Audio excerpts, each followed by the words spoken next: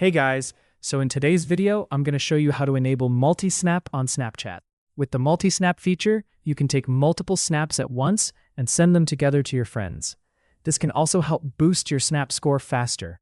So first, open Snapchat on your phone. Once the camera screen opens, tap on the plus icon on the right side. Here you should see the option called Multi-Snap. Tap on it. Now Snapchat will allow you to record multiple snaps in a row. You can record up to 10 snaps at once. Just tap the capture button and continue recording your snaps. Once you're done, tap Send To. Now you can choose your friends and send all the snaps together. If you don't see the multi-snap option on your Snapchat, you probably need to update the app. Simply open the App Store or Google Play Store and search for Snapchat. Make sure the app is updated to the latest version. After updating, reopen Snapchat and check again. And that's it. That's how you enable and use multi-snap on Snapchat. If you found this video helpful, don't forget to smash the like button and subscribe for more videos like this.